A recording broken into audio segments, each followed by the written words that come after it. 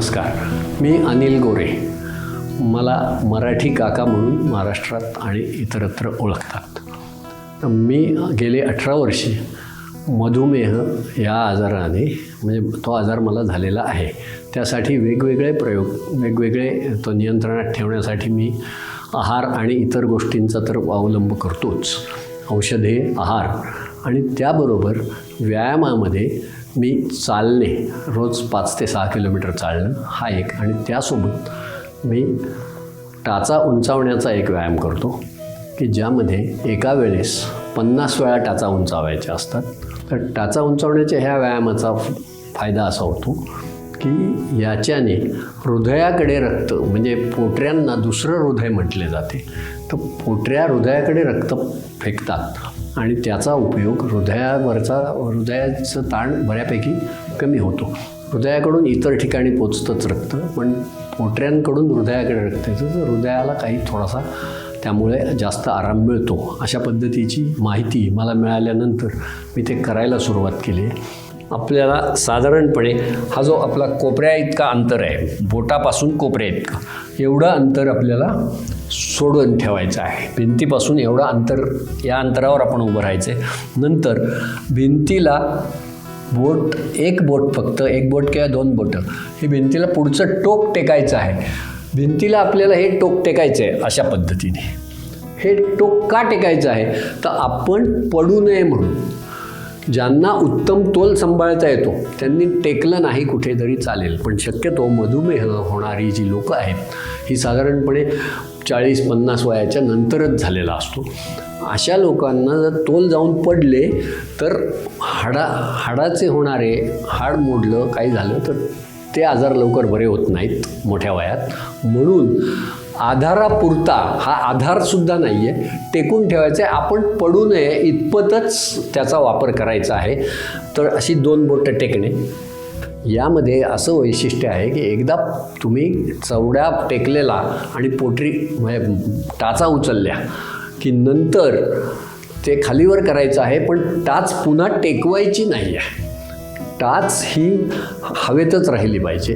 ती जमिनीच्या जवळ जाऊन पुन्हा वर येईल, पुन्हा जवळ जाऊन वर येईल, पण कधीही जमिनीला टेकणार नाही याची आपल्याला काळजी घ्यायची आहे. सुरुवातीला तुम्ही 4 ते 5 जरी केले तर पाय दुखायला लागले की ते थांबवायचं आणि मग हळूहळू दर दिवशी 1-2 संख्या वाढवत नेली तर 50पर्यंत पोचल्यानंतर त्याच्यापेक्षा जास्त काही करायचं नाही. आणि हे 50 वेळा टाचा उंचावणे हे तुम्ही दिवसातून 5 वेळा करायला हवे. मी ते दिवसातून 5 वेळा करतो. एकदा सकाळी उठल्यानंतर अंशापोटी म्हणजे चहा वगैरे काही घेण्याच्या अगोदर.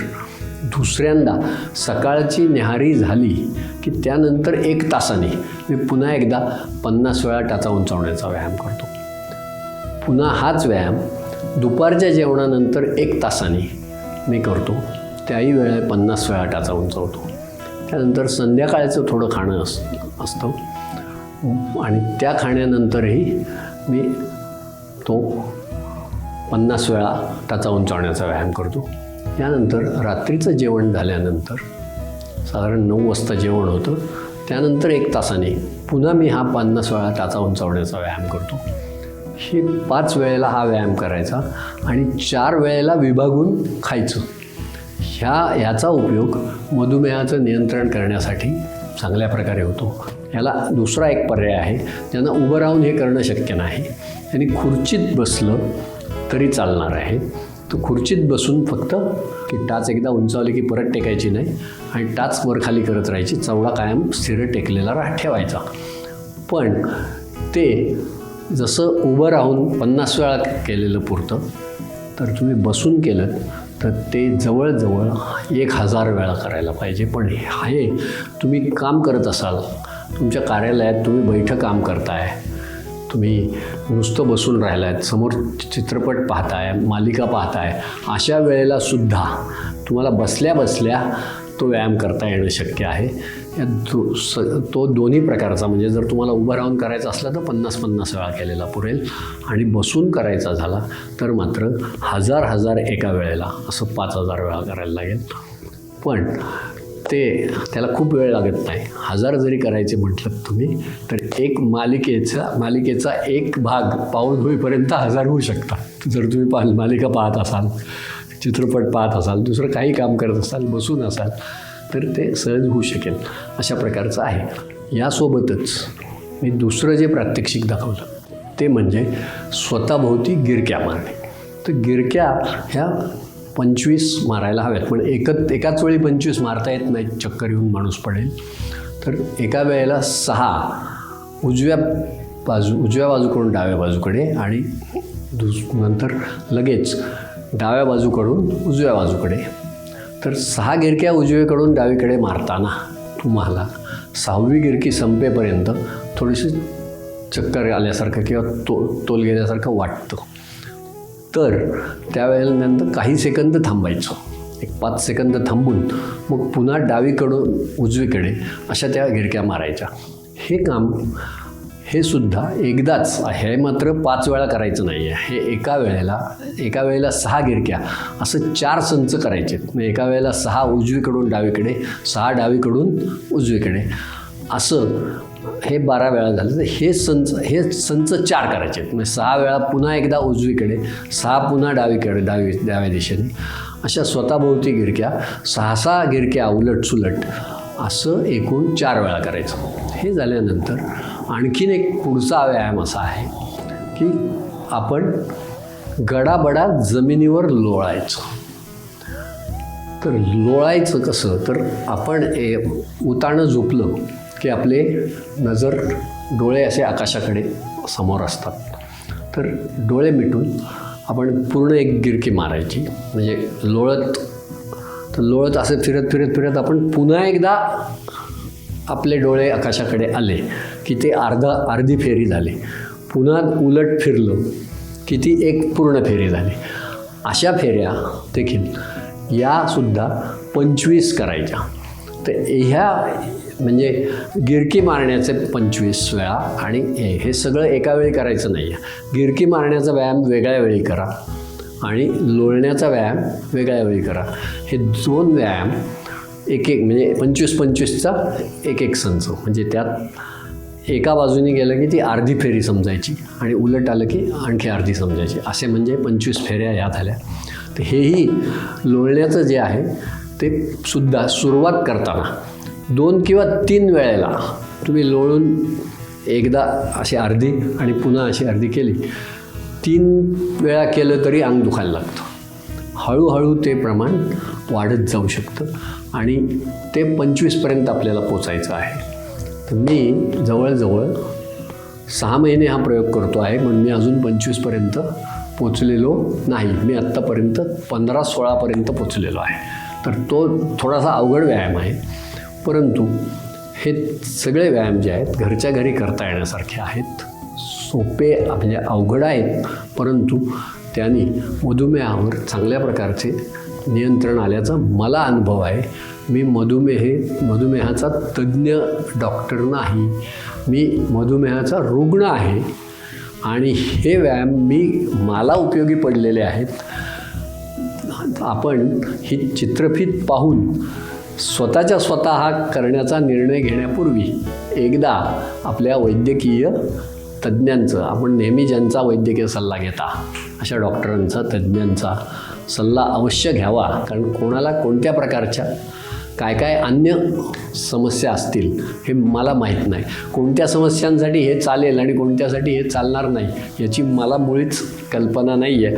मला हे तिन्ही व्यायाम प्रकार चालतात, मला ते उपयोगी पडलेले आहेत, माझ्या सरावाचे झालेले आहेत आणि माझी साखरेची पातळी बऱ्यापैकी नियंत्रणात राहिली आहे. अर्थातच जी औषधं आणि इन्शुलिन जे काय मला लागतं ते सगळं म्हणजे ते वैद्यकीय सल्ल्यानुसार आमच्या डॉक्टरांनी सांगितल्यानुसार ते सगळं घेऊन तरीही साखर नियंत्रणात येत नव्हती. ती ह्या व्यायामामुळे उपचारांसह ह्या व्यायामाचा उपयोग होऊन माझी साखर आता नियंत्रणात राहते आहे. तर याचा तुम्ही आपल्या वैद्यकीय सल्लागारांच्या सल्ल्यानुसार अवश्य वापर करावा असं मी आपल्याला सुचवतो.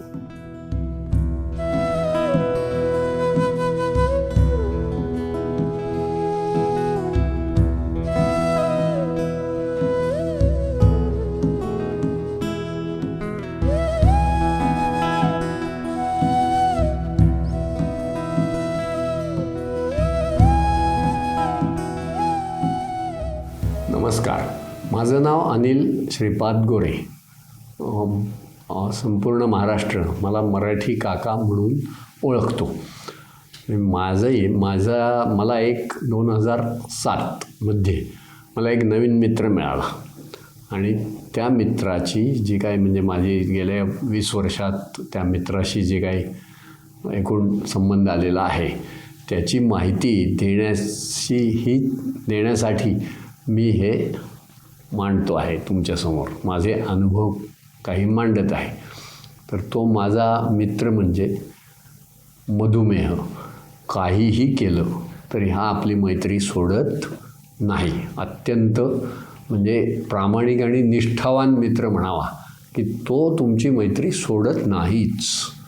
त्यामुळे ह्या मित्राबद्दल जे मला समजलेलं आहे ते मी मांडण्यासाठी आजचा प्रसंग आहे. तर मी माझे अनुभव तुम्हाला सांगणार आहे. मी मधुमेहाचा तज्ज्ञ नाही, मी वैद्यकीय तज्ज्ञ नाही. तरीही मला माझ्या वैद्यकीय तज्ज्ञांच्या सल्ल्यानुसार मला जेवढं काही मधुमेहावर नियंत्रण मिळवणं शक्य झालं आहे माझ्या क्षमतेच्या मर्यादेत, त्याबद्दलचे सगळे अनुभव आणि त्याबद्दलची काही माहिती, मधुमेहाविषयी मिळालेली माहिती, ह्या गोष्टी मी इथे सांगणार आहे. सर्वात पहिली गोष्ट म्हणजे मधुमेह का होतो याची काही गोष्टी मी आपल्याला सांगणार आहे. मधुमेह होण्याचं कारण हे बऱ्याच वेळेला अनुवंशिक हा मोठा त्यातला घटक आहे. म्हणजे आपल्या पूर्वजांपैकी लोकांना कोणाला जर मधुमेह असेल तर तुम्हाला मधुमेह होण्याची मोठी शक्यता असते. शक्यतोवर एखाद्या मधुमेहीकडून म्हणजे व्यक्ती पुरुष असेल तर त्याच्या मुलीकडे मधुमेह जाण्याचा शक्यता जास्त असते. आईकडून तो मुलाकडे जाण्याची शक्यता जास्त असते असं आहे. याचा अर्थ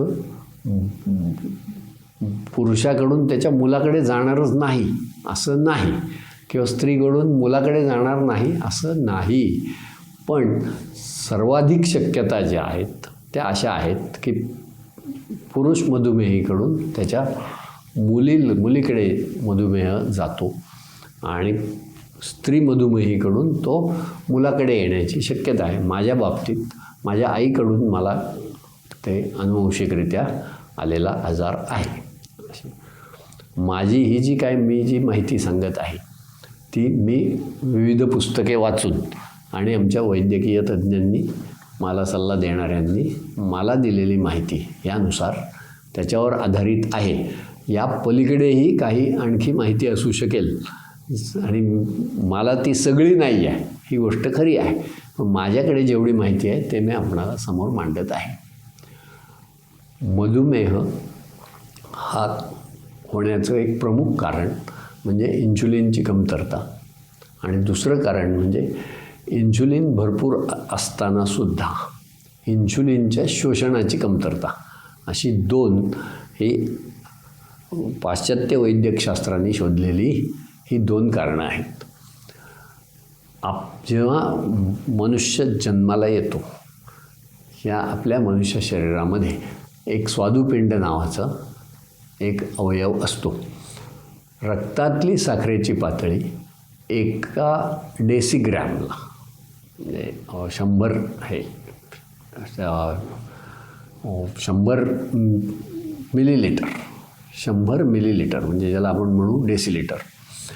1 डेसिलिटरला 140 ग्रॅमच्या वर ग्लुकोजची पातळी जर रक्तात निर्माण झाली म्हणजे रक्तातली पातळी दर डेसिलिटरला दर 100 मिलीलिटरला 140 मिलीग्रॅमच्या वर साखर रक्तामध्ये असेल त्यावेळेला हा स्वादुपिंड त्याच्या स्वादुपिंडातून आपोआप द्विपिन पाझरते. द्विपिन म्हणजे इन्शुलिन.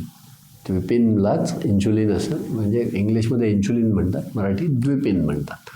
तर द्विपिन पाझरते. ते द्रव स्वरूपात असते आणि ते पाझरल्यानंतर 3 सेकंदाच्या आत ते संपूर्ण शरीराभर पोचते.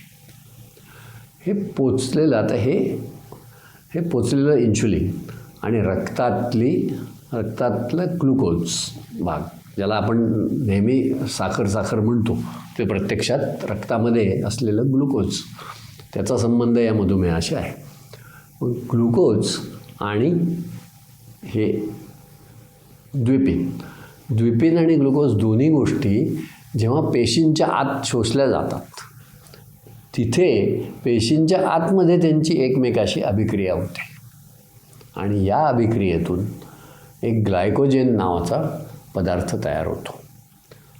हे ग्लायकोजेन मलमासारखं असतं आणि ग्लायकोजेन हे आपल्या काळीज म्हणजे लिव्हर, तर काळीजामध्ये असलेल्या अनेक बोकांपैकी कुठेतरी ते साठवलं जातं. अनेक कक्षांपैकी एका कक्षात साठवलं जातं. ज्या वेळेला आता आणि हे ग्लायकोजेन आवश्यक तेव्हा पुन्हा ग्लुकोजमध्ये रूपांतरित होऊ शकतं. अशी व्यवस्था आपल्याकडे जन्माला घातल्यानंतर निसर्गाने आपल्याला करून दिलेली असते सर्वांना.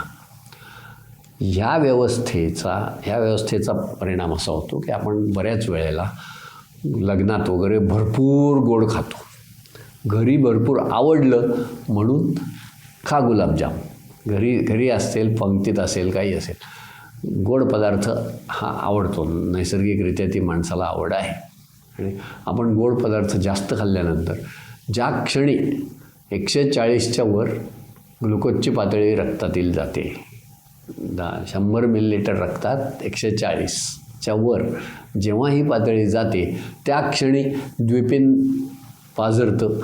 द्विपिन आणि ग्लुकोज हे दोन्ही शोषलं जातं पेशींमध्ये आणि त्याचं रूपांतर ग्लायकोजेनमध्ये होतं.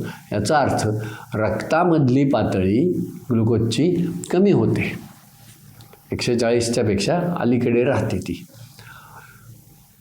हे 140च्या पेक्षा जास्त असेल तर काय होतं, तर रक्त आम्लीकृत होतं, ॲसिडिफाईड, आणि त्यामुळे आम्लीकृत झाल्यानंतर ज्या रक्तवाहिन्यांमधून वाहतं त्या रक्तवाहिन्यांना त्या आम्लामुळे असे खरचटल्यासारखे छोटे काहीतरी त्याच्यावर खरचटल्यासारखं होतं. आतल्या बाजूने रक्तवाहिनीची आतला पृष्ठभाग आहे तिथं खरचटल्यासारखं होतं. त्या खरचटलेल्या भागामध्ये तिथे वेदना होऊ लागतात. म्हणून त्यासाठी त्याला काहीतरी आराम पडावा म्हणून रक्तातली चरबी त्या ठिकाणी आपोआप लागते खरचटलेल्या भागाला.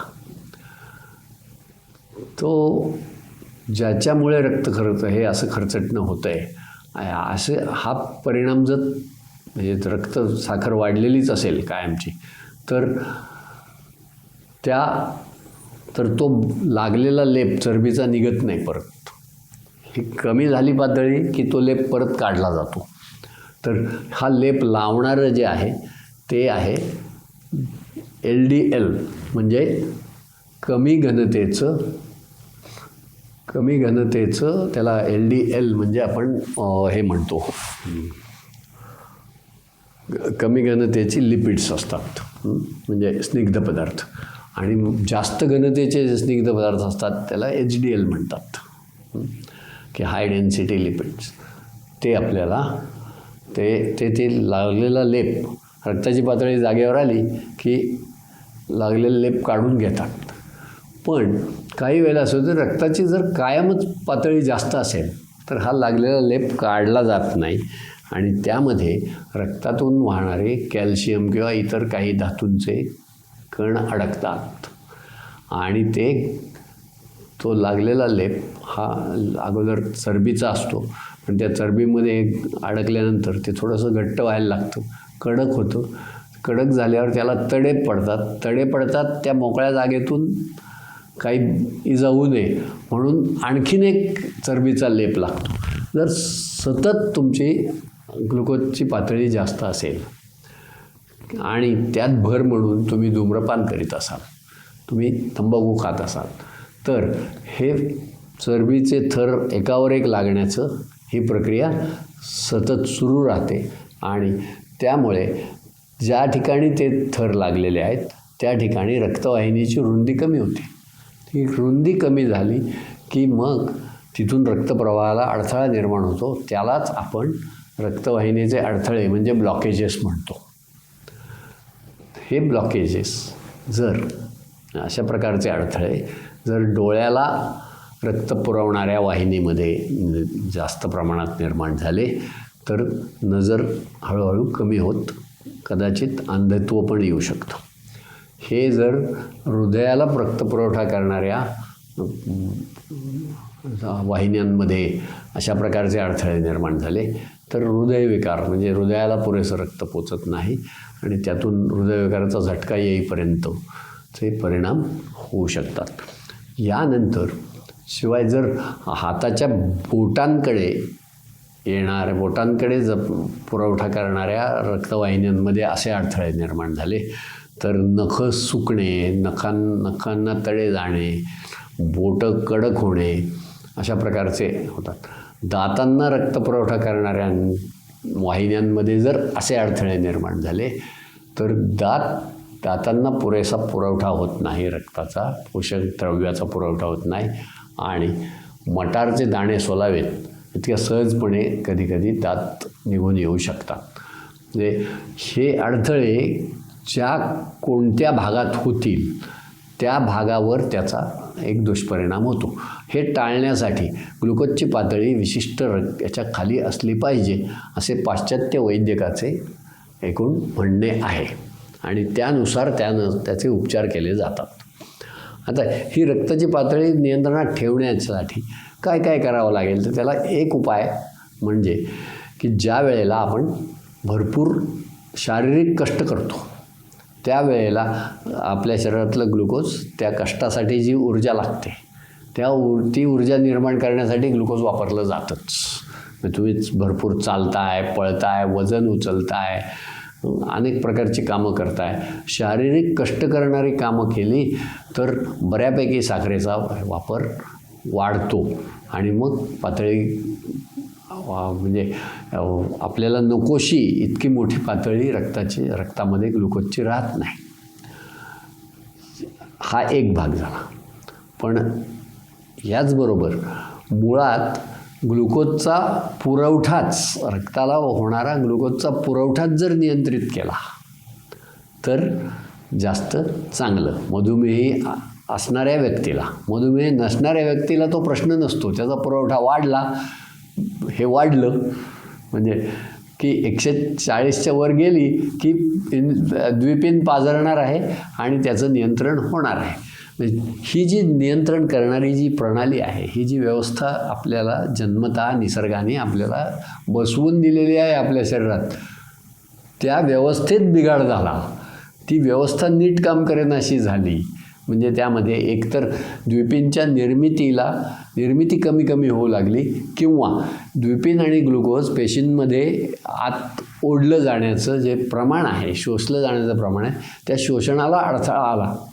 याला इन्शुलिन रेझिस्टन्स, द्विपिन विरोध असं सुद्धा म्हणतात.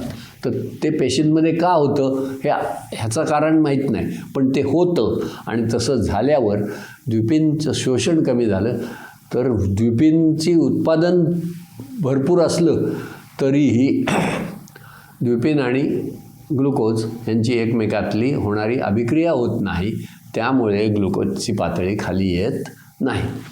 आता ही खाली येण्याकरता मग काय वेगवेगळे प्रकारच्या उपाययोजना, वेगवेगळ्या प्रकारच्या औषध योजना केल्या जातात.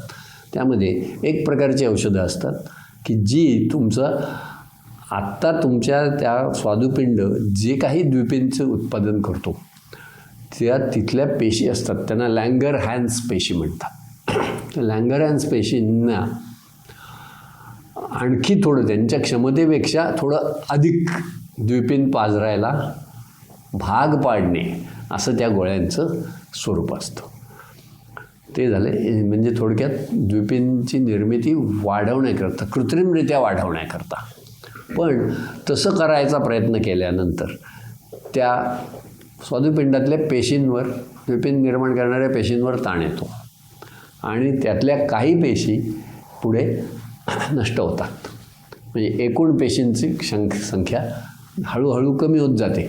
म्हणून त्या गटात त्या प्रकारची औषधं त्याची मात्रा वाढवावी लागते.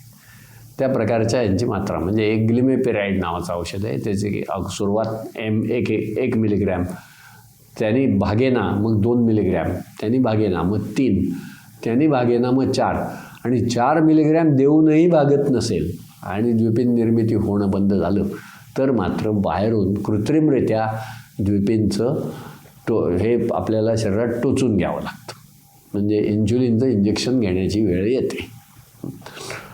ह्याबरोबर अजून एक प्रकारची औषधं आहेत की ती औषधं रक्तामध्ये वाढलेल्या ग्लुकोजला काही प्रमाणात नियंत्रित करतात. ती त्या ग्लुकोजशीच काही अभिक्रिया करून तिथं एखादा असा घातक नसलेला वेगळा पदार्थ तयार करतात. त्या प्रकारची दुसरी औषधं असतात. तिसऱ्या प्रकारची औषधं अशी आहेत की आपल्या शरीरात जे द्विपिंड तयार होतं आहे त्याच्याच बरोबर आणखी काही ग्रंथी अशा आहेत. म्हणजे ही स्वादुपिंड ही जे आहे, स्वादुपिंड हे द्विपिंडची निर्मिती करते म्हणजे इन्शुलिनची. तर काही दुसऱ्या प्रकारच्या ग्रंथी आहेत, त्यातनं एक वेगळ्या प्रकारचा द्रव पाझरतो. तो द्रव इन्शुलिनच्या रेणूंवरच हल्ला करतो आणि नष्ट करतो. म्हणजे पाझरलेल्या इन्शुलिनपैकी काही भाग हा आपल्या शरीरात पाझरलेल्या इतर एका घटकामुळे काही भाग नष्ट होत असतो. पण ज्यांचं भरपूर म्हणजे ज्याची नैसर्गिक अवस्था आहे, मधुमेह झालेला नाही, अशा व्यक्तीच्या बाबतीत जर इन्शुलिन थोडंफार वाया गेलं अशा पद्धतीने दुसऱ्या हल्ल्यामुळे तरी त्यांचं उत्पादन भरपूर चालूच राहतं. त्यामुळे परिणाम आपल्याला त्याचा दुष्परिणाम होत नाही. पण आता जेव्हा या द्विपिंडची निर्मितीच मर्यादित आहे आणि त्यातल्या काही भागावर या दुसऱ्या ह्याचा हल्ला झाला, दुसऱ्या घटकांचा, त्याला DPP-4 म्हणतात, तर त्या घटकाचा जर हल्ला झाला तर त्या हल्ल्यामुळे निर्माण झालेला द्विपिंड पूर्णपणे वापरला जात नाही आणि शिवाय शोषणाला अडथळा आल्यामुळे त्यातलं काही वापरलं जात नाही. थोडंच शोषण होतं आणि शिवाय निर्मिती झालेल्यातलं बरंचसं नष्ट झालं. तर मग आता ह्या DPPचा इन्शुलिनवर होणारा परिणाम, होणारा हल्ला रोखण्यासाठी काही औषधं असतात. ती DPPला निष्प्रभ करतात. त्यामुळे तुमचं निर्माण झालेलं इन्शुलिन, निर्माण झालेलं द्विपिंड हे टिकून राहतं, ते जास्त प्रमाणात टिकतं. त्यामुळे आणखी जास्त निर्मितीचा ताण येत नाही. पण मुळात ग्लुकोजची पातळीच जर आम्ही खाली ठेवली तर हा सगळा प्रश्न कमी. ती जेव्हा वाढते तेव्हाच ह्या इन्शुलिनची गरज असते आणि इन्शुलिनची निर्मितीच कमी इन्शुलिन निर्मिती पुरली पाहिजे यासाठी मुळात आम्ही रक्ताला ग्लुकोजचा पुरवठाच कमी केला पाहिजे. मग तो पुरवठा कमी करण्याचा मुख्य मार्ग कोणता आहे? तो म्हणजे आहार नियंत्रण. आता याशिवायही आणखीन काही प्रकारची औषधं आहेत. हे आहार नियंत्रण करताना त्यामध्ये एक वेगळ्या प्रकारची औषधं अशी आहेत की आपण खाल्लेले जे पदार्थ असतात, आपण जे अन्न खातो त्याचे मुख्यतः 5 प्रकार पडतात. अन्नाच्यामध्ये 5 वेगवेगळे घटक असतात. म्हणजे एक म्हणजे कर्बोदके, कार्बोहायड्रेट्स, दुसरं म्हणजे प्रथिने म्हणजे प्रोटीन, तिसरं म्हणजे लिपिड्स म्हणजे स्निग्ध पदार्थ, चौथं म्हणजे खनिजे आणि 5वं म्हणजे जीवनसत्वे म्हणजे क्षार आणि जीवनसत्वे. वेगवेगळी खनिजे, क्षार, जीवनसत्वे ह्या 5 प्रकारांपैकी ग्लुकोजची निर्मिती ही कर्बोदकांमुळे होते. कर्बोदकाचे रूपांतर ग्लुकोजमध्ये होते मोठ्या प्रमाणावर. आता कर्बोदके कशात असतात? आपल्या खाण्याच्या पदार्थांपैकी कशामध्ये कर्बोदकांचं प्रमाण जास्त आहे? सर्व पदार्थात थोडंफार कर्बोदके असतातच, पण कर्बोदकांचं भरपूर प्रमाण असलेल्या गोष्टी म्हणजे धान्ये. धान्यांमध्ये भरपूर कर्बोदके असतात. म्हणजे आता आपण म्हणतो तांदूळ, गहू, ज्वारी, बाजरी, नाचणी ह्या सगळ्यांमध्ये कर्बोदके असतात.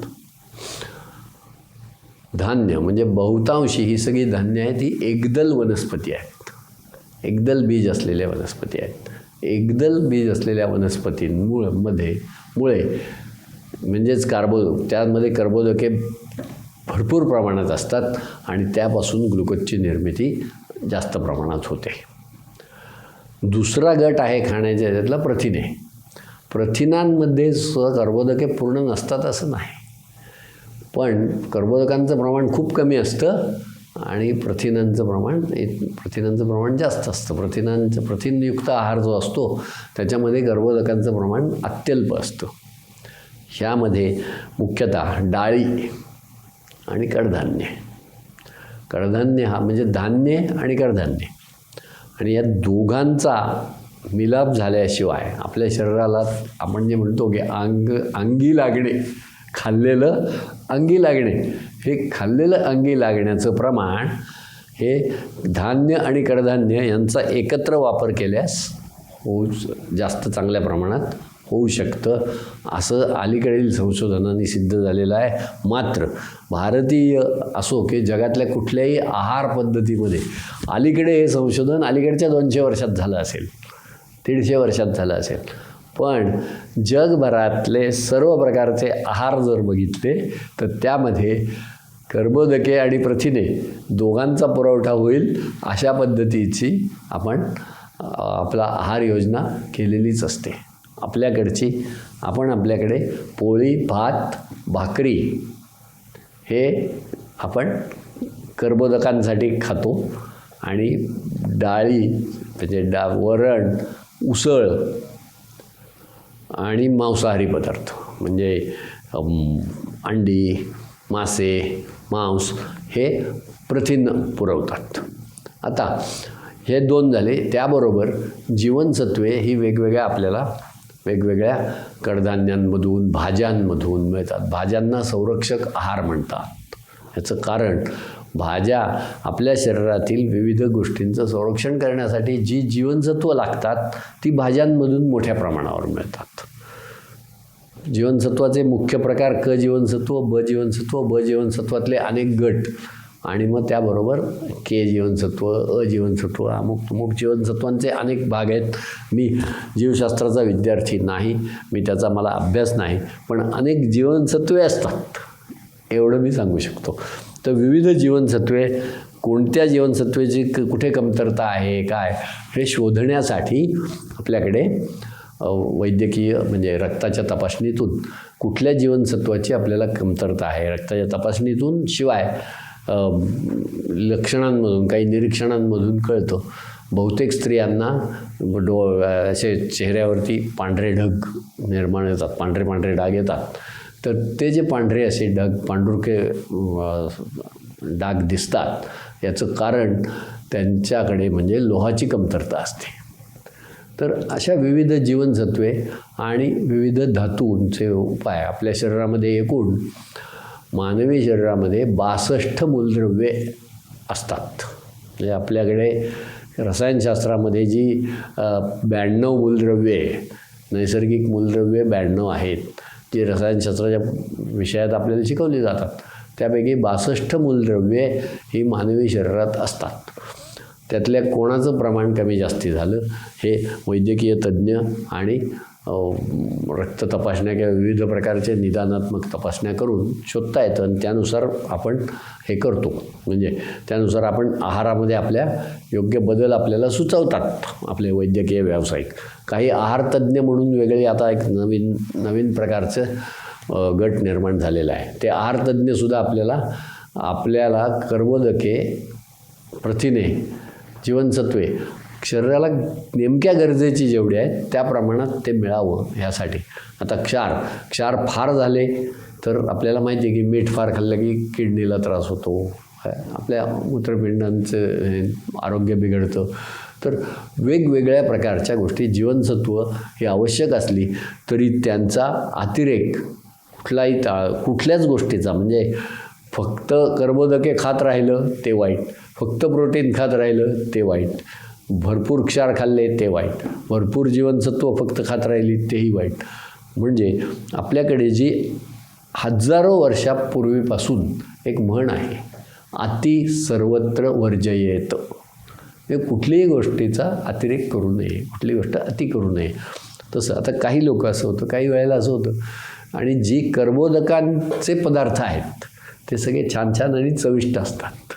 पोहे, उपीट, हे पोळी भाजी, पराठा, पुलाव, बिर्याणी, हे भरपूर कर्बोदके असलेले पदार्थ आहेत. हे चविष्ट असतात, त्याचं आकर्षण जास्त असतं. गोड पदार्थ, लाडू, जिलबी, बासुंदी, सर्व प्रकारचे गोड पदार्थ, म्हणजे साखर असलेले, साखरयुक्त पदार्थ, हे सगळे भरपूर कर्बोदके देतात. साखर ही सर्वात जास्त ग्लुकोज पुरवणारी असं कर्बोदक आहे. म्हणजे 1 ग्रॅम साखरेपासून 4 कॅलरी इतकी ऊर्जा आपल्याला, 4 किलो कॅलरी एवढी ऊर्जा मिळते. आता ह्यामध्ये आपल्याला रक्तातलं ग्लुकोजचं प्रमाण नियंत्रित ठेवायचं असेल तर काय केलं पाहिजे? असा त्यामधला एक महत्त्वाचा भाग आहार नियंत्रण असतो. औषधांबद्दल मी आत्ता बोललो, आणि औषधांबद्दल मी जास्त बोलू शकत नाही कारण मी वैद्यकीय तज्ज्ञ नाही. वैद्यकीय तज्ज्ञ आपल्याला योग्य ती औषधं देतील, त्या औषधांचे उपयोग सांगतील, काय काय आहे ते सांगतील. पण मी हे सांगू शकतो की मधुमेह झाल्यानंतर आपण वैद्यकीय तज्ज्ञांचा सल्ला घेऊन त्यांनी केलेली औषध योजना पाळावी, हे मी सांगू शकतो. यासोबतच फक्त औषधे हा कधी कुठल्याही आजारावरचा उपाय होऊ शकत नाही.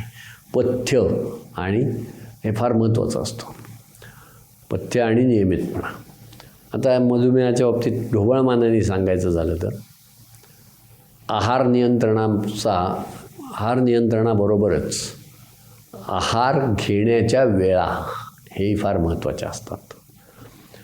रक्तामध्ये रक्तामध्ये जे ग्लुकोज येतं, पण आपण हालचाल करत असतो, चालतो, बोलतो, बसतो, उठतो, आपण अंघोळ करतो, आपण बाहेर जाऊन येतो, आपण नुसती जांभई दिली तरीसुद्धा, किंवा आपलं रक्त फिरत असतं, शरीरात रक्ताभिसरण चालू असतं, त्यासाठीसुद्धा ग्लुकोजमधून निर्माण होणाऱ्या ऊर्जेचा वापर होत असतो.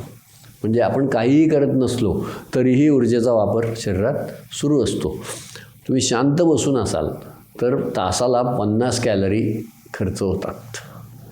जर उभे राहिलेले असाल तर 100 कॅलरी खर्च होतात. तुम्ही चालत असाल तर त्याहून जास्त. आता त्याचा तक्ता तुम्हाला वैद्यकीय तज्ज्ञ देऊ शकतात की कुठल्या कष्टाच्या कामाला तुम्हाला दर तासाला किती कॅलरी खर्च होतील तुमच्या. पण आता ह्या सगळ्यामध्ये असं आहे, म्हणजे थोडक्यात, की तुम्ही एकदा काही खाल्लं की त्याचं ग्लुकोज निर्माण होणार.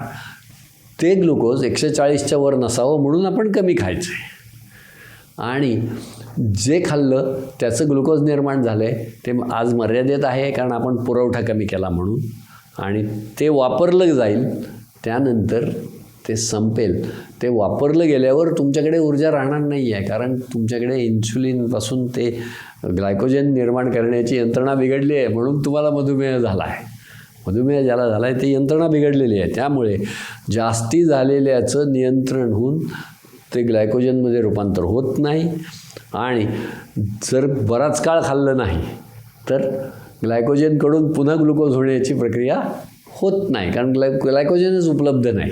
ग्लायकोजन ते ग्लुकोज प्रक्रिया खूप सोपी आहे, ती प्रत्येकाला होते, ती प्रत्येकाच्या बाबतीत होतेच. मधुमेह असला तरी होते, पण मधुमेहीच्या बाबतीत ग्लायकोजन निर्मिती कमी होते. यामुळे जेव्हा मधुमेह असलेल्या माणसाला ठराविक वेळेनंतर, पहिलं एकदा खाल्लं कमी, रक्ताची पातळी कमी ठेवायची आहे म्हणून तुम्ही मर्यादित आहार घ्यायचा आहे.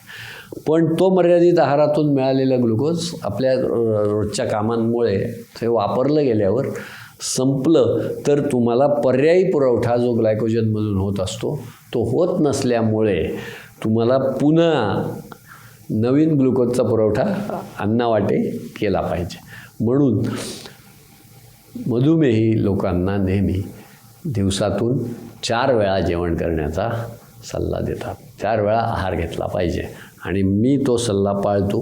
मी 4 वेळेला करतो. आता ह्या 4 वेळेला जो आहार घ्यायचा आहे तो कसा पाहिजे, तर साधारणपणे 300 ते 350 कॅलरी मिळतील अशा प्रकारचा आहार एका वेळी घ्यायचा आहे. एकूण 1200 ते 1300 कॅलरी एवढं तुम्हाला दिवसभरात तुमचा एकूण त्याचं जो कोणी कष्टाची कामं करत नाही, बँकेमध्ये कामाला आहे, बसून काम करतो, शिक्षक आहे, भरपूर चालणं नाही आहे, चालणं कमी आहे, कष्टाची कामं, वजन उचलणे, घण फोडणे असल्या प्रकारची कष्टाची कामं करत नाही आहे, अशा व्यक्तीला 1200 ते 1300 कॅलरी इतका अन्न पुरवठा दिवसभरात मिळून झाला पाहिजे.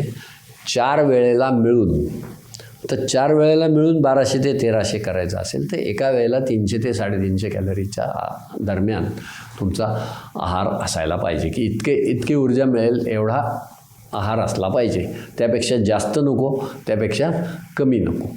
मग आता तुम्हाला अनेक आहारतज्ञांकडून किंवा आहाराविषयीच्या माहितीवरून तुम्हाला अलीकडे आपल्याला आंतरजालावरून म्हणजे इंटरनेटवर बरीच माहिती मिळते. त्यातून कोणत्या पदार्थातून किती ऊर्जा मिळते याची सगळी माहिती मिळू शकेल. त्यानुसार 1200 ते 1300 कॅलरी म्हणजे मी उदाहरणादाखल सांगेन की तेल लावून लाटलेली घडीची पोळी यामध्ये 200 कॅलरी मिळतात एक पोळी खाल्ली की. साधारण एवढ्या आकाराची वाटी, एक ते 4 इंच 3 इंच आकाराची वाटी, 3 इंच वरचा हे आणि छोटी वाटी, तर छोटी वाटीभर भात याच्यामध्ये तुम्हाला 1 मूठ भात 100 कॅलरी ऊर्जा म्हणजे पुरवू शकतो आपल्या रक्ताला. मग 300 ते 350 म्हटल्यावर आपल्याला वेगवेगळ्या पदार्थात भाज्यांमध्ये किती ग्रॅम, 100 ग्रॅम भाजीत किती कॅलरी, 100 ग्रॅम भातामध्ये किती कॅलरी मिळतात, 100 ग्रॅम पोळीतून किती कॅलरी मिळतात याचे तक्ते मिळतात. तो मी इथे तपशील सांगणार नाही. पण आपलं एकूण हे 1300 ते 1300 दिवसभरात 4 वेळा विभागून म्हणजे एका वेळी 300 ते 350 कॅलरीच्या वर आपला आहार असता कामा नये आणि त्यापेक्षा तो फार खाली पण असता कामा नये. ज्याला मधुमेह आहे त्यांच्यासाठी मी हे सांगतो आहे.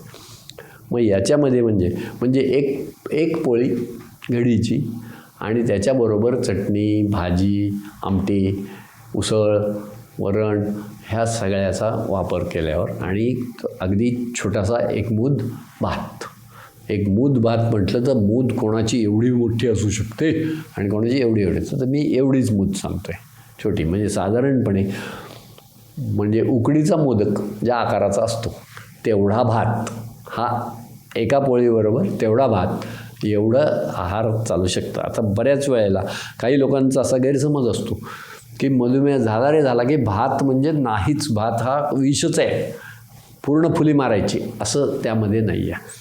भातातून किती कॅलरी मिळतात हे समजावून घ्यायचे.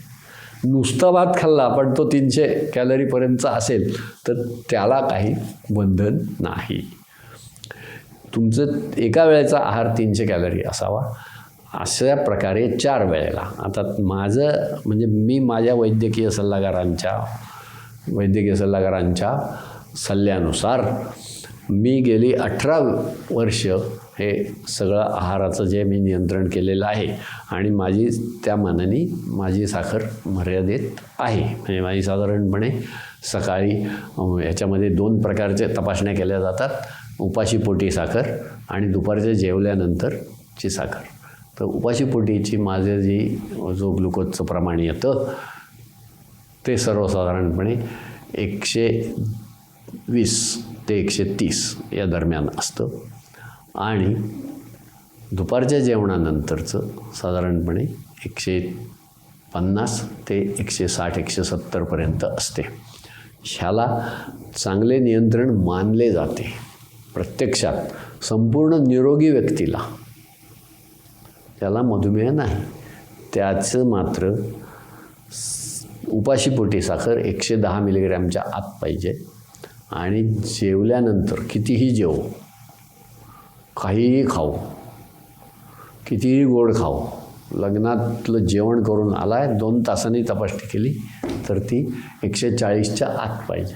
म्हणजे तुम्ही निश्चित निरोगी मधुमेही आहात, म्हणजे निरोगी आहात, मधुमेह तुम्हाला नाही. मधुमेहापासून तुम्ही मुक्त आहात. पण याच्यापेक्षा जास्त प्रमाण येत असल्यास तुम्हाला मधुमेहाचा धोका तरी आहे किंवा तो झालेला आहे असं दिसतं. यासोबतच एक ग्लुकोज टॉलरन्स टेस्ट GTT म्हणून असते. त्यामध्ये तुम्हाला 75 ग्रॅम ग्लुकोज पाण्यात विरघळवून 75 ग्रॅम ग्लुकोज पावडर पाण्यात विरघळवतात आणि ते द्रावण तुम्हाला प्यायला देतात. त्यानंतर 1 तासांनी एक रक्त तपासले जाते आणि त्यानंतर पुन्हा 2 तासांनी रक्त तपासले जाते. 1 तासानंतर तपासलेल्या त्याच्यामध्ये 200पेक्षा कमी यायला हवी ग्लुकोजची पातळी आणि 2 तासानंतर केलं की ते 140च्या आत यायला पाहिजे.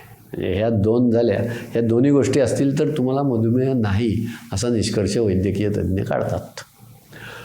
आता ह्या सगळ्याबरोबर मग हा आहार घेताना तुम्हाला या आहारामध्ये काय काय पाहिजे, तर तुम्हाला प्रथिनांची चांगली हे व्हायला पाहिजे.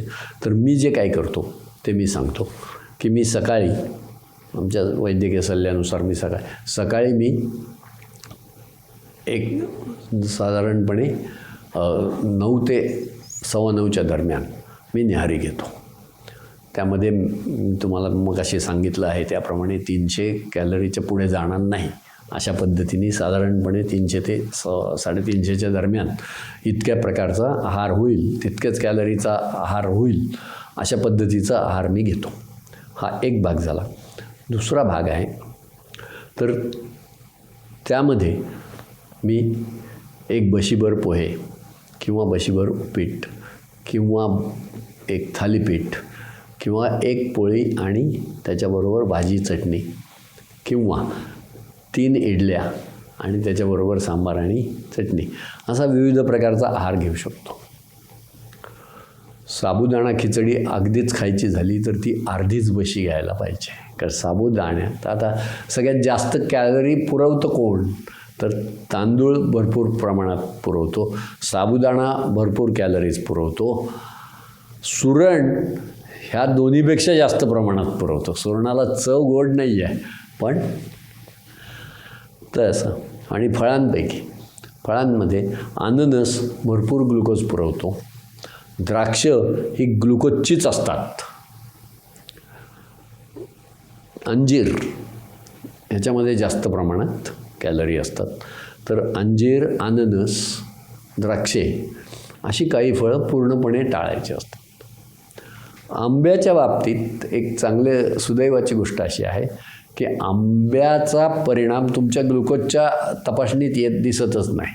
कारण आंब्यामध्ये ग्लुकोज नसते, आंब्यामध्ये फ्रुक्टोज असते. तेव्हा मी आंब्याच्या हंगामामध्ये मी दररोज 1 आंबा खातो. त्याच्यामुळे माझ्या साखरेच्या प्रमाणात म्हणजे दर महिन्याला जी तपासणी करतो त्या तपासणीनुसार अति वाढ दिसत नाही ग्लुकोजच्या प्रमाणात असं आहे. तर फळं मुक्तपणे खाण्याची फळं कोणती आहेत की तुम्ही अख्खं कलिंगड खाऊ शकता. जमणार असेल तर साली सकट खाल्लं तरी चालतं, पण ते साल पचतेच असं नाही सगळ्यांना. पण त्याच्या पलीकडचा पांढरा गर हा सुद्धा चांगला, तो फायबर म्हणून उपयोगी पडतो. आता दुसरी गोष्ट अशी की जर आमच्या आहारामध्ये आम्ही फायबरचं प्रमाण वाढवलं, तंतुमय पदार्थ, तर आम्ही खाल्लेला जो भाग आहे त्यातून ज्याच्यापासून ग्लुकोज तयार होतं त्याचा वेग मंदावेल. थोडक्यात आपल्याला काय करायचं आहे की रक्तामधली जी त्यावेळी कोणत्याही क्षणी रक्तातल्या ग्लुकोजचं प्रमाण जितकं कमी राहील ते मधुमेहीसाठी चांगलं. मग रक्ताला होणारा पुरवठा एकतर कमी खाऊन नियंत्रित होतोच आहे, पण त्याहून आणखी त्याचा वेग कमी करायचा असेल तर तुम्हाला त्यासोबत काही औषधं असतात, ते तर मगाशी मी सांगितलं. शिवाय काही प्रकारची अशी औषधं असतात की तुमचं ग्लुकोजचा पुरवठ्याचा वेग कमी करतात. म्हणजे त्या खाल्लेल्या पदार्थाचं ग्लुकोजमध्ये रूपांतर होण्याचा वेगच कमी करतात. पण अशा गोळ्या जेव्हा आपण घेतो तेव्हा ते आपण आपल्या शरीराच्या नैसर्गिक प्रक्रियांमध्ये हस्तक्षेप करत असतो. त्याचा काहीतरी थोडाफार दुष्परिणाम होणारच असं होतं. पण तुम्ही त्याच्याबरोबर तंतुमय पदार्थ वाढवले. म्हणून बघा की जेवण आपण जेव्हा पाहतो वेगवेगळ्या ठिकाणी मेजवानीला जातो, हे करतो, तिथे काय असतं की सगळ्यात पहिल्यांदा काय मांडलेलं असतं? काकडी, गाजर, टॉमॅटो, बीट ह्याचे तुकडे ठेवलेले असतात. तर त्यातलं बीट मधुमेहीने खाणं चांगलं नाही. बीटमधून सुद्धा भरपूर ग्लुकोज मिळतं, परंतु थोडासा एखादा तुकडा खाल्ला तर चालतो. मग काकडी, टॉमॅटो ह्याच्यातून कॅलरीज फारशा मिळत नाहीत, अत्यल्प कॅलरीज असतात. त्यामुळे काकडी, टॉमॅटो तुम्ही भरपूर खाऊ शकता. काकडी, टॉमॅटो, मुळा हे पुरेशा प्रमाणात खाल्लं तरी चालतं. तर एकूण म्हणजे या सगळ्या ह्याच्यात असं आहे, तुमचा एकूण जो आहार आहे, तुम्हाला हे ज्या 1200-1300 कॅलरीज आहेत त्यातल्या 65% कॅलरीज या धान्यामधून मिळाव्यात, कर्बोदकांमधून. 25% कॅलरीज ह्या प्रथिनांमधून मिळाव्यात. तर आपल्याकडचं जर आपण बघितलं तर आपल्याकडे पोळी आणि उसळ, भाकरी आणि पिठलं, भात आणि वरण, पुलाव वगैरे आपण जेव्हा करतात लोक, त्यामध्ये भरपूर प्रमाणात वेगवेगळ्या प्रकारच्या डाळींचे म्हणजे त्या वेगवेगळ्या शेंगा भाजीमधल्या बिया त्यामध्ये वापरल्या जातात. शेंगांमधल्या म्हणजे राजमा असेल, वाटाणा असेल तर ते वापरलं जातं. त्यांच्याकडून प्रथिनं मिळतात. म्हणजे आपल्याकडचे सगळे आहार जर बघितले, दक्षिणातील लोक इडली मोठ्या प्रमाणावर इडली डोसे खातात. त्यामध्ये सुद्धा इडली डोश्यांमध्ये सुद्धा तांदूळ आणि त्याबरोबर उडदाची डाळ असते. म्हणजे कडधान्य आणि धान्य एकत्र असणं हा आपल्याकडच्या सगळ्यांचा, किंवा आपण जगभरातल्या पंजाबमध्ये तुम्ही गेलात तर तिथे छोले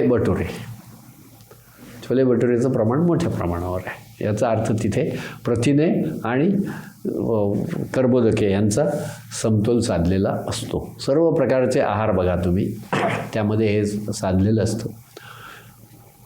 आपल्याकडे अगदी गाणंसुद्धा आहे की डाळ रोटी खाओ प्रभू के गुण गाओ. म्हणजे एकटी डाळ नाही खायची आणि एकटी रोटी नाही खायची, दोन्ही एकत्र खायचे. पण बऱ्याच वेळेला आपल्याकडे आता काय व्हायला लागलेलं आहे की आपण नुसतं सँडविच खाल्लं, त्याच्यामध्ये कुठलाही डाळीचा म्हणजे प्रथिनाचा कुठला पदार्थ नाही आहे. नुसतं सँडविच खाल्लं तर आपण फक्त कर्बोदके खातो आहे. नुसता भात खाल्ला, मसाले भात केला, अमुक केला, तो खाल्ला, त्याच्यामध्ये कुठलाही प्रथिनयुक्त पदार्थ टाकलेलाच नाही. डाळींशिवायची तुम्ही पुलाव केला, हे केला, ते चांगलं नाही. मग प्रथिनं आणि हे दोन्ही पाहिजे. जगभरातल्या लोकांचं जर आपण पाहिलं तर ते मोठ्या प्रमाणावर बरेच लोक मांसाहार करतात. ब्रेड आणि मांसाहारी पदार्थ, आमलेट आणि ब्रेड. त्यानंतर जगभरच्या आपण भूगोलाच्या पुस्तकामध्ये जेव्हा वेगवेगळ्या देशाची एखाद्या भागाची माहिती वाचतो, त्यामध्ये लिहिलेलं असतं की या भागातील प्रमुख अन्न कोणतं.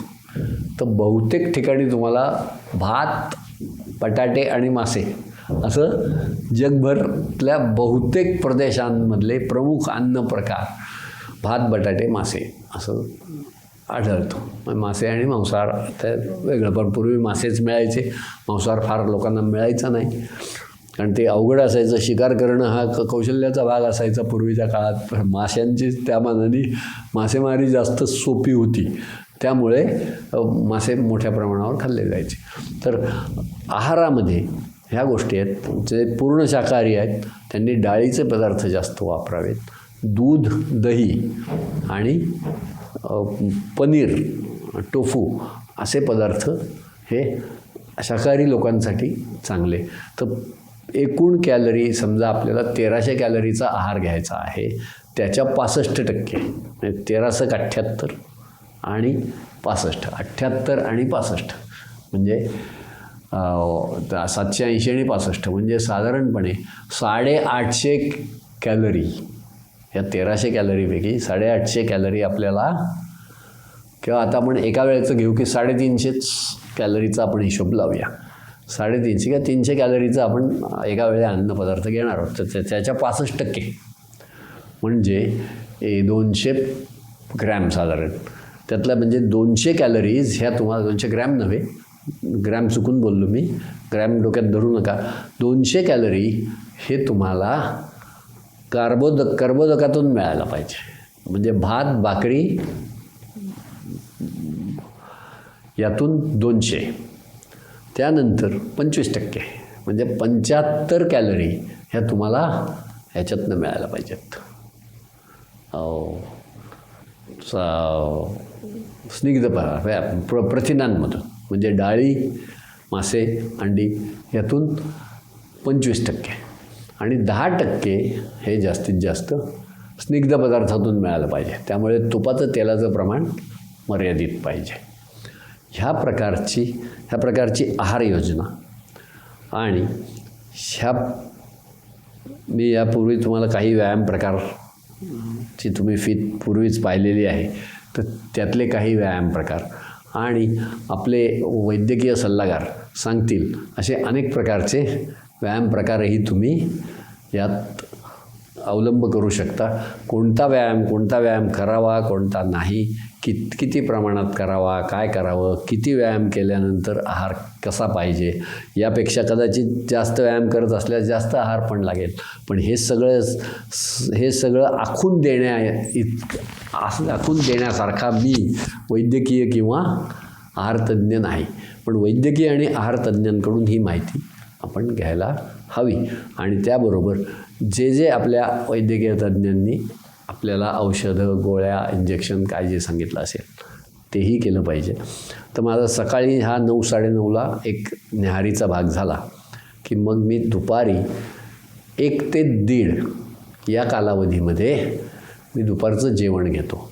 त्याच्यामध्ये पण 1 पोळी किंवा 1 मूठ भात किंवा थालीपीठ असेल, भाकरी असेल, बाजरी असेल, भाकरी असेल तर 1 भाकरी, अशा पद्धतीचं आहार घेतो. त्याच्याबरोबर उसळ दररोज, इतर काही नसेल तर दररोज सकाळ आणि संध्याकाळ 1 वाटी घट्ट वरण हे आपण खाल्लं पाहिजे, दुपारच्या जेवणात आणि रात्रीच्या जेवणात. त्यासोबत आणखीन एक मी सोपा मार्ग ठेवलेला आहे की रोजच्या जेवणामध्ये प्रथिनयुक्त पदार्थ असतील किंवा नसतील, तर मी मात्र घरी पंढरपुरी डाळ आणून ठेवतो, अर्धा किलो.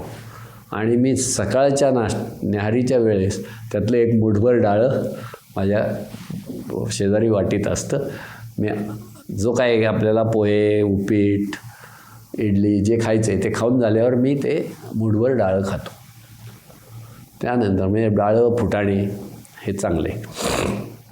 यानंतर बाकीचे जे पदार्थ आहेत, तेलबिया ज्या आहेत, तेल कुठलं घ्यावं कुठलं नाही आपले वैद्यकीय सल्लागार सांगतील.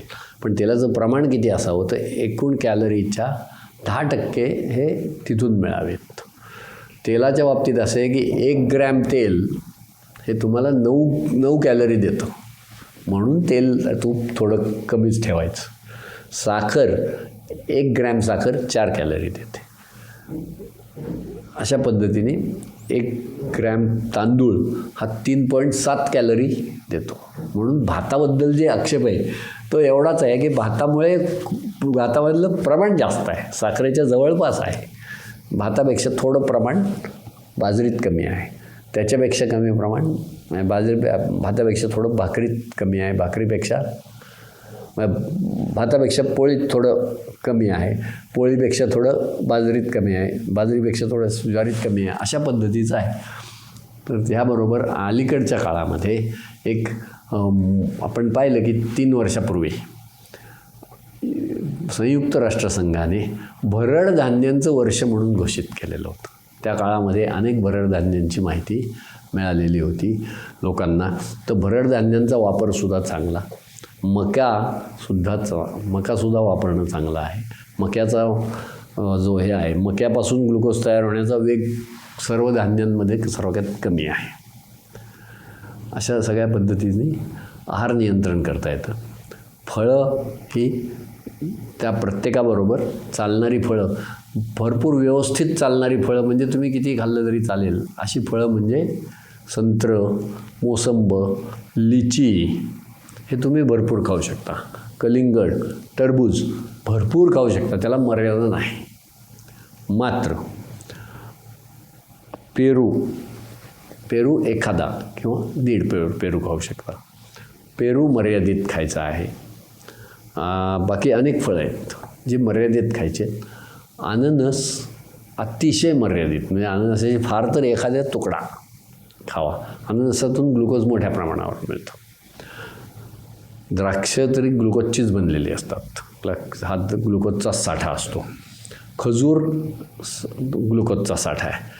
आणि काही गैरसमज पसरवणारे बरेच लोक असतात, त्यापासून सावध राहिलं पाहिजे. हे मी शेवटचं कशापासून सावध राहायचे हे सांगून मी माझे अनुभव कथन संपवणार आहे.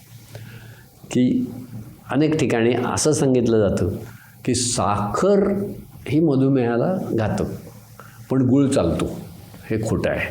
गूळ आणि साखर हे सख्खे चुलत भाऊ आहेत.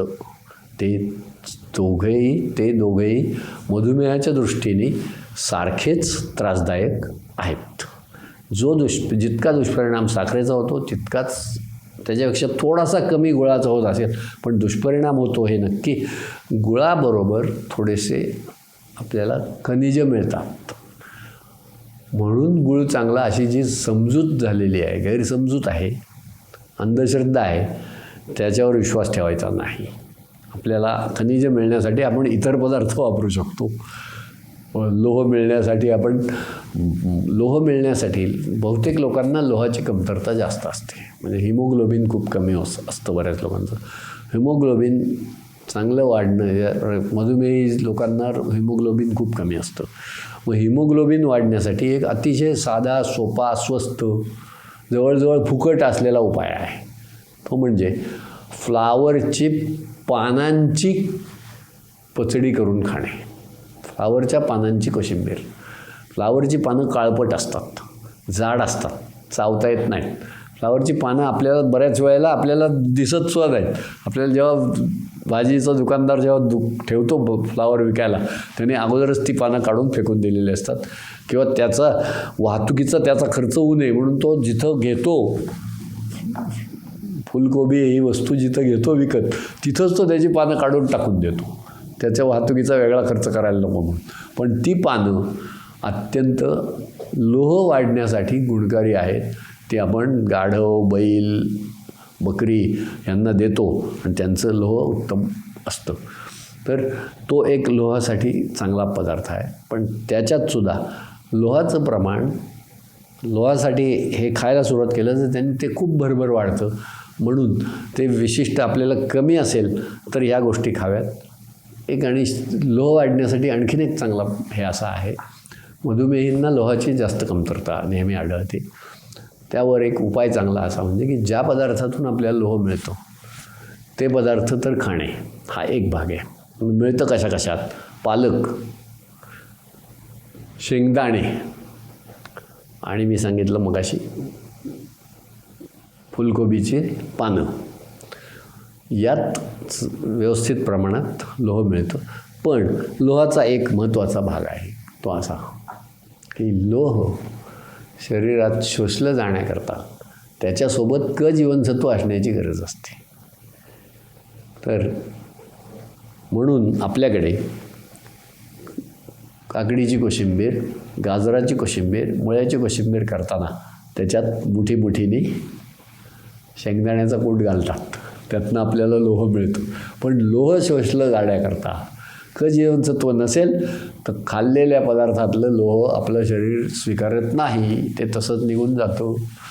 पण क जीवनसत्व त्याच्याबरोबर असेल तर मात्र ते शोषलं जातं.